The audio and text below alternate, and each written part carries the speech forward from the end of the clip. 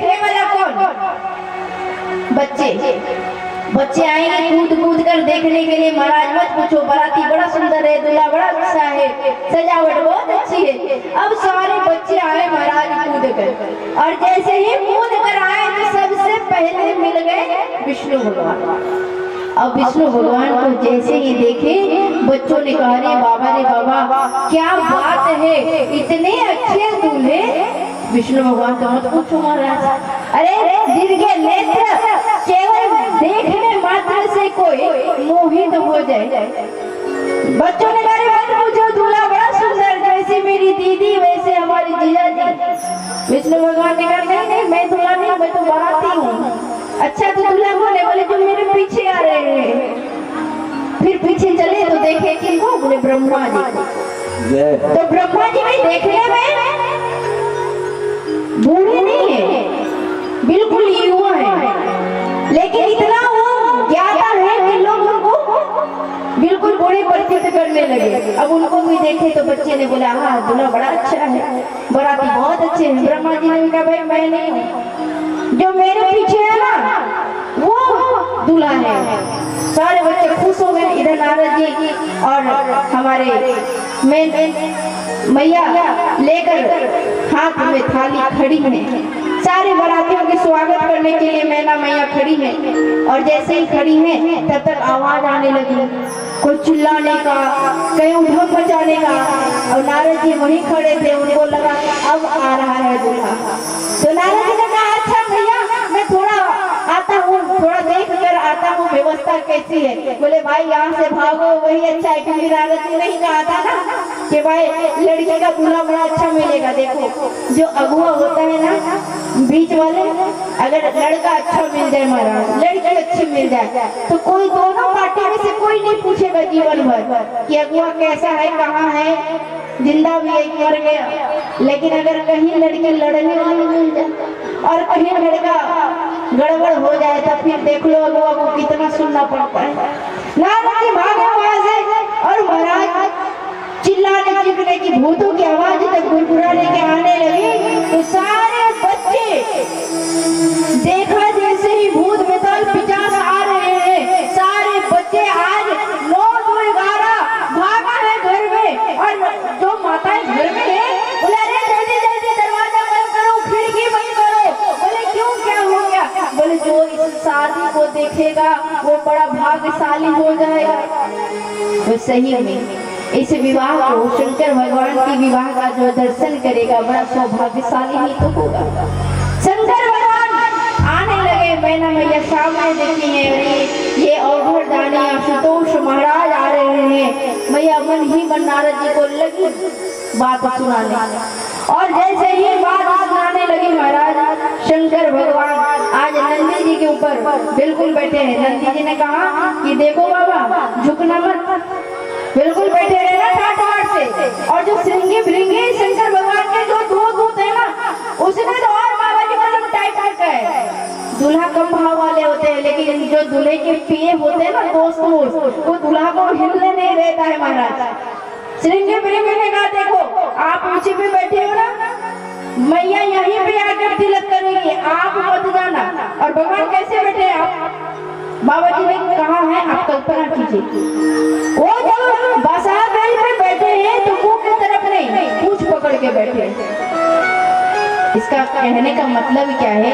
संतों ने कहा है कि शंकर भगवान बैल का मतलब क्या होता है? बैल काम का प्रतीक है। और शंकर भगवान कहते हैं कि अगर काम को वश में करना है तो काम के आगे मत पड़ो, काम के मुख को मत देखो, उसकी पूंछ को पकड़ लो तो ही नियंत्रण होगा। यानी काम पे आपका नियंत्रण जब हो जाएगा तभी आपका विवाह सिद्ध हो पाएगा। इसलिए शंकर भगवान पूंछ पकड़ कर और पीछे बैठे होंगे। देखिए आप ही सोचिए, चिंतन कीजिए कि अगर कोई बैल हो, उसका आप गले का रस्सी पकड़ते हैं तो आपका नियंत्रण में रहेगा, लेकिन अगर कहीं पूंछ पकड़ लीजिए तो क्या करेगा? उछलने लगेगा। लेकिन शंकर भगवान फिर भी उसको कंट्रोल करके रखे। अब श्रृंगी भृंगी ने कहा, देखो सासुबा सामने खड़ी है, झुकना मत। मैना मैया ने जैसे ही स्वरूप को देखा महाराज, बड़ा मुश्किल से मन को समझाई है और गई जब आरती करने के लिए तो दीपक था, लोटे में जल था। अब शंकर भगवान ने जैसे ही ऐसे करके हटाया है तो छोटे छोटे नाग लटक रहे थे।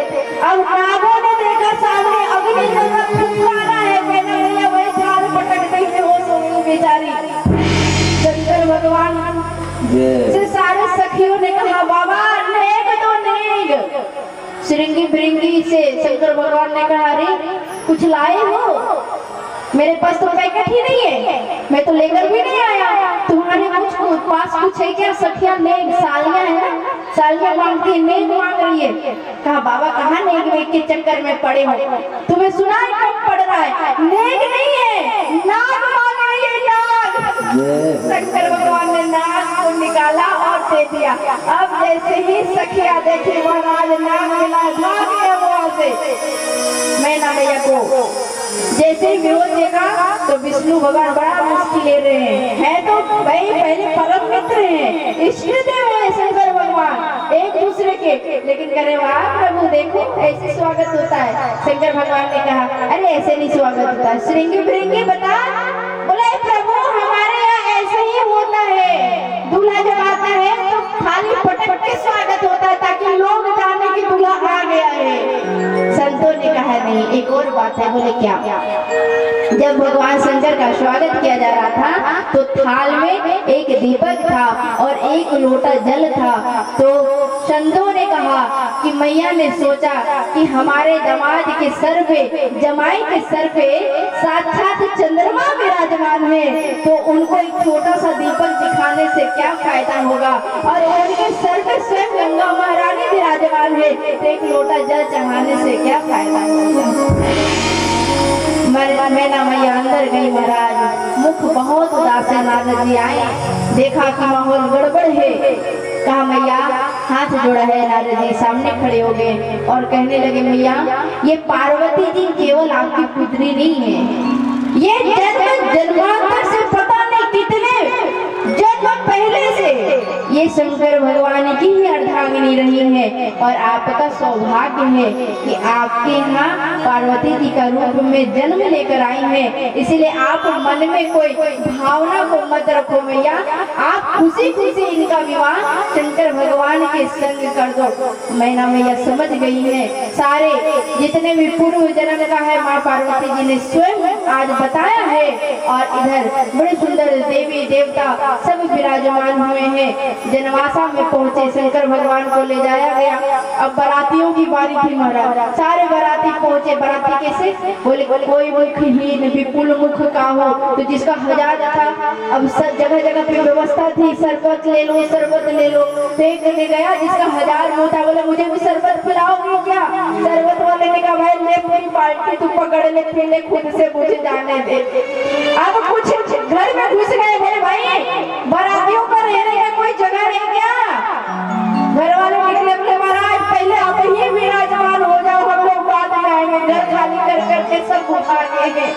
भाई महाराज जीवन में अगर कहीं आनंद लेना हो, कहीं आपको अच्छा रिश्ता देखना हो, कहीं से आपको सीख लेनी हो तो शंकर भगवान से आप ले लो। जहाँ कैलाश में सब एक दूसरे के विपरीत है, मोर सांप को खा जाता है, सांप चूहे को खा जाता है, लेकिन फिर भी वहाँ चूहा भी विराजमान है, वहाँ नाग भी विराजमान है, वहाँ मोर भी विराजमान है, वहाँ सिंह भी विराजमान है, और सब भाव में जहाँ विराजमान होते हैं। और जिस घर में 1000 परिवार हो, सही 10 परिवार हो और सबके मति एक जैसा हो, शंकर भगवान के परिवार के जैसा, तो वो जाकर अयोध्या और वाराणसी जाकर वहाँ स्वर्ग नहीं ढूंढेंगे, उनके घर में ही कैलाश का निर्माण हो जाएगा, वो शंकर भगवान का परिवार। और जब पता चला है मैना मैया को, तो आज पार्वती जी को बड़ा सुंदर सजा कर लाई है। और बाबा गोस्वामी तुलसीदास जी कहने लगे पानी ग्रहणे जब कीन महेशा, पानी ग्रहणे जब कीन महेशा, हर से तब सकल सुरेशा,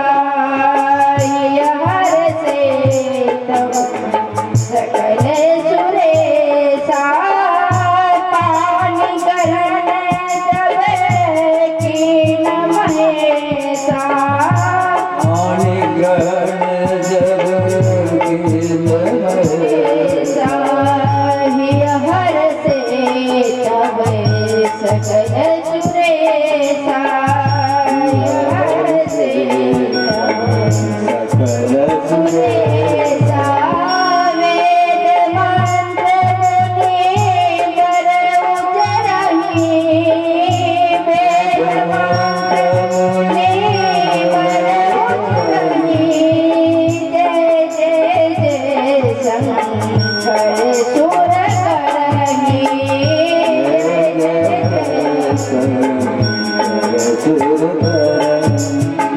बड़ा ही सुंदर मंडप में माँ पार्वती जी शंकर भगवान के साथ विराजमान है। सारे देवी देवता आज दर्शन कर रहे हैं और वेद स्तुति के साथ शंकर भगवान माँ पार्वती के पानी ग्रहण कर रहे हैं और सारे वेद सारे ग्रंथ और जितने भी वहाँ देवी देवता हैं सब भगवान शंकर का जयकारा लगा रहे हैं और माँ पार्वती जी का और शंकर जी का विवाह संपन्न हुआ है।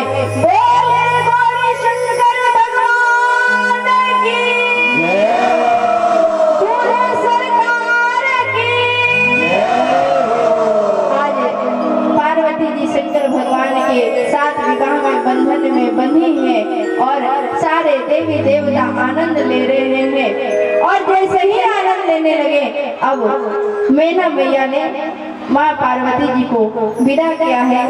बड़ा अच्छा कथा है, बड़ा आनंद वाला है, लेकिन अभी मैं थोड़ा सा स्पीच करती हूँ और बड़ा सुंदर विदा किया है। बड़ा उपदेश अच्छा दिया है कि पुत्री का क्या गुण होना चाहिए कि जब विवाह करके चली जाती है तो। और मैना मैया आज बड़ा भारी मन से माँ पार्वती जी को विदा करती है कैलाश के लिए और शंकर भगवान के साथ माँ पार्वती जी कैलाश पे विराजमान है। और आइए दो बार हम हरि नाम संकीर्तन करते हैं। बोलिए श्याम रामचंद्र भगवान की जय। और आरती से पहले भजन और कल की जो कथा होगी वो श्री कृष्ण भगवान जी का प्राकट्य कार्यक्रम होगा, यानी कल जन्मोत्सव मनाएंगे।